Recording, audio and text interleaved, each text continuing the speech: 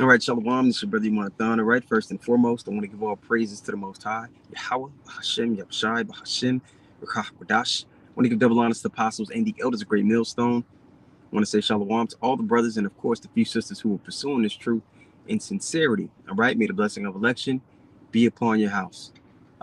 Today, we're going to talk about the golden dome that Trump has set out to build and how there's no monkey wrench that this devil could throw into the Lord's plans. He's ordained particular things that befall the world, befall this kingdom, and there's no reversing it.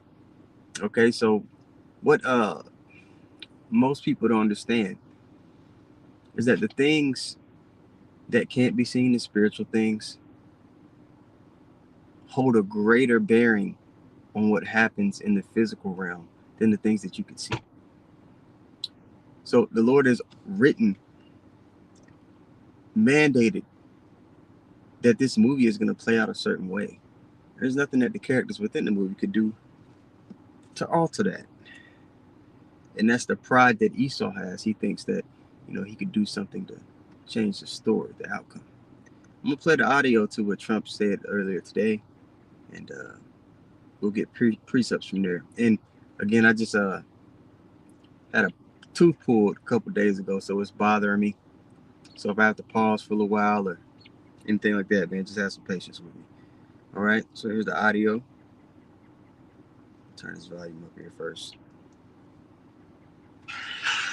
As Commander-in-Chief, my focus is on building the most powerful military of the future. As a first step, I'm asking Congress to fund a state-of-the-art Golden Dome missile defense shield to protect our homeland, all made in the USA.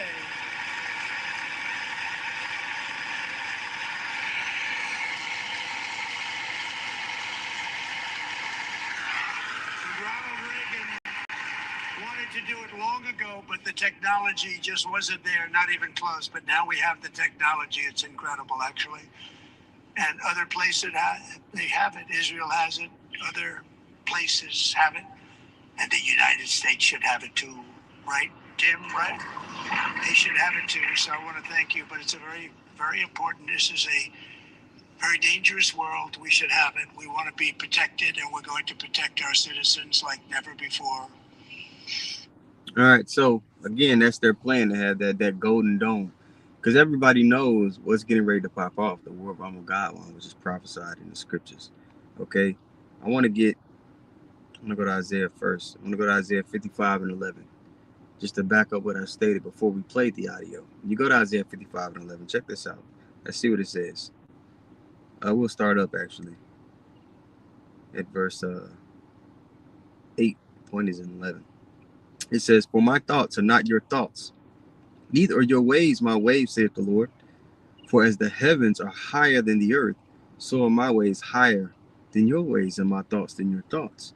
For as rain cometh down, and snow cometh from heaven, and returneth not thither." You never seen rain fall, and all of a sudden it just changed its mind and went back into the clouds. That's not how it works. "But watereth the earth, and maketh it bring forth and bud, that it may give seed to the sower and bread to the eater. So shall," this is the point, verse 11, "so shall my word be that go forth out of my mouth. It shall not return unto me void. It shall accomplish that which I please, and it shall prosper in the thing whereunto I sent it." The word of the Lord, it will come to pass. There's no way around that. And again, Esau, he's so prideful in the mind, he thinks that he could alter the story. All right, that's why you go to Isaiah the 14th chapter. He talks about him setting his nest among the stars, and he can be like the Most High. That's not what's going to go down. I'm going to read one more, and then I'm going to get Joel 2. It's Sirach 39 and 16. It says, "All the works of the Lord are exceeding good, and whatsoever he commanded shall be accomplished in due season." And we're coming up on that season, which is the finale of Babylon the Great, and I'm excited for it. All the brothers, man, we got this feeling, man, something big is about to happen. All right? And America's getting ready to fall. We see the prophecies hopping off the page. This is Joel 2, so we'll start at verse 1. All right, it reads, "Blow ye the trumpet in Zion, and sound an alarm in mine holy mountain. Let all the inhabitants of the land tremble, for the day of the Lord cometh, for it is nigh at hand. All right, and the prophets, what? We're lifting up our voice like a trumpet, as the watchmen are commanded to do, to warn the people, hey, destruction is on the way. Back in ancient times, the ancient cities would be surrounded by walls, and in those watchtowers, you would have watchmen who would look out to see if the city was under attack. And there were specific sounds, horns that would be blown to warn the people if it was a feast day, to warn the people of, the troops or the king was returning back to the city. And there was a sound for when you were under attack. Right now, we're in the part of the song. All right, we're singing that new song, but we're in the part of the song warning the people that we're about to be under attack. All right, the other nations are about to attack America. This Esau is he's gearing up to attack the believers. We're being attacked on all sides, and the only way you can be defended is if you put on the full armor of God, and there's a lot of things that go into that. All right, verse 2, Joel 2 and 2. A day of darkness and gloominess, a day of clouds and of thick darkness, as the morning spread upon the mountains.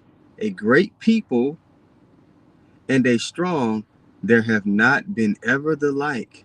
When we talk about that great people and the strong, it's talking about the ICBM missiles here. All right, let's read that again. A great people and a strong, the missiles, there have not been ever the like, neither shall be any more after it, because after this World War III plays out, there's not going to be any need for ICBM missiles anymore. Okay? Even to the years of many generations. It's just going to be a weapon that's told about in folklore in the kingdom. All right, verse 3. A fire devoured before them, and behind them a flame burneth. The land is as the Garden of Eden before them, and behind them a desolate wilderness. Yeah, and nothing shall escape. All right? These missiles are going to completely change the landscape of America. This is going to be a desolate wilderness. Okay? From coast to coast, this place is going to be annihilated, the whole country. And it's going to be a memorial the same way Sodom is a memorial. Sodom and Egypt was a memorial for those after that should live ungodly, as the scriptures say. All right? Verse 4. The appearance of them is as the appearance of horses, and as horsemen, so shall they run. All right? When horses run, they kick up the dust behind them. You got to remember, when the prophets were seeing these visions, they were describing the technology and the things they were seeing with the concepts and the words best accessible to them during their time. You understand? Okay, continuing on here. Verse 4 again from the top, Joel 2 and 4. The appearance of them is as the appearance of horses, and as horsemen, so shall they run. Okay?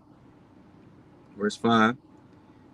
Like the noise of chariots on tops of mountains, shall they leap, like the noise of the flame of fire that devoureth the stubble, as a strong people set in battle array. Before their face the people shall be much pained. All faces shall gather blackness. People are going to be in a state of despair because there's no infrastructure set up here in America when a missile shot up on this place. This place is called the Virgin Daughter of Babylon for a reason. It hasn't been touched in a major war. All right, not the mainland. So, people they have this arrogance and this pride about them that anything that happens outside of America, it can never come here. It doesn't apply to them. So when people realize the reality of the situation, that certain death is headed to them, people are going to be killing themselves. People are going to be having heart attacks. It's going to be a completely different level of despair that's going on. But as the missiles are on the way here, you also got Wisdom of Solomon, the 5th chapter, that's going to be taking place. The elect being taken up into the chariots. The Lord he's the ultimate man when it comes to balance. Okay? So people are going to be seeing the elect being taken up. By that time, everybody's going to know about the prophets. Everybody's going to know about Yahweh Shem Yahushua. Okay? So they're going to see the elect being taken up. And then they're going to be hearing those sirens going off as well. Those nuclear missile sirens. They're going to be seeing the news stations warning the people, get to your nearest shelter. There is no shelters here. There is no infrastructure built for the Babylonians here. So it's just a death sentence. And people aren't going to be able to cope with it. All right. Joel 2:7. They shall run like mighty men, and they shall climb the wall like men of war. Okay. Now this wall here, remember in ancient cities, they would have what? We mentioned it. They would have walls to protect the city. In this time, this golden dome is likened unto a wall that Trump is talking about. But it's saying right here in the scripture that wall ain't gonna be shit. That it's not gonna suffice for the attack that's coming on this place. Joel 2:7 again. Let's read it. They shall run like mighty men, the missiles. They shall climb the wall like men of war. And you gotta remember, the spirit of the Lord is gonna be on those missiles. You gotta remember that they've been going into it the past couple years. That these chariots, they'll pop up on the coast, turn on the missile launchers, turn things on, turn things off, and disappear. They've been going into these things to the point to where they had to admit that there are UAPs or UFOs, whatever they want to call them. We know them as the chariots of God. So the Spirit of the Lord is going to be on these missiles to where there's no machinery, there's no technology that he'll have access to that could deter the missiles from hitting their targets. None shall break their ranks, as the scriptures say. Joel 2:7. They shall run like mighty men. They shall climb the wall like men of war. They shall march everyone on his ways, and they shall not break their ranks.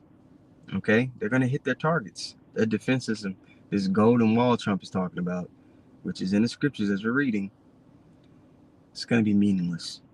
Okay? It's going to be absolutely meaningless. This is verse 8. Neither shall one thrust another. They shall walk everyone in his path. When they shall fall upon the sword, they shall not be wounded. And even if, those counter missiles that this golden dome is being set up for hits one of their missiles, the Lord's going to have a spirit on these missiles to where it's going to keep on going through. They're going to keep trucking on to their latitude and longitude point. So they're not going to be able to stop the judgment that's going to rain down upon them. Okay, Joel 2:8 again from the top. Neither shall one thrust another. They shall walk everyone in his path. And when they fall upon the sword, they shall not be wounded. They shall run to and fro in the city. They shall run upon the wall. They shall climb upon the houses. They shall enter in at the windows like a thief. All right, verse 10. The earth shall quake before them, and the heavens shall tremble. The sun and the moon shall be dark, and the stars shall withdraw from their shining. Okay? So you ever seen those missiles hit? They form those big mushroom clouds, and they leave that debris aftermath, and it blots out the sun. This place is going to be utterly dark and burnt with fire. That's the destiny for Babylon the Great. And that Iron Dome, man, as we're reading here in the scriptures, the missiles shall run upon the wall like mighty men. That golden dome isn't going to matter. So it's beautiful to see these prophecies leaping off the page and playing out, man, in real time. This indeed is that last generation. So Abaratazah, the lesson was edifying. It was quick. I wanted to like to get straight to the point, and I hope the gist of it was relayed to you all and it was edifying. So with that being said, I'm gonna give all praises once more to Yahweh, Hashem, Yahushai, Hashem, HaKodash. I want to give the blindest apostles and the elders a great millstone. I want to say shalom to all the brothers and of course the few sisters who are pursuing this truth and sincerity. All right, may the blessing of election be upon your house. Shalom.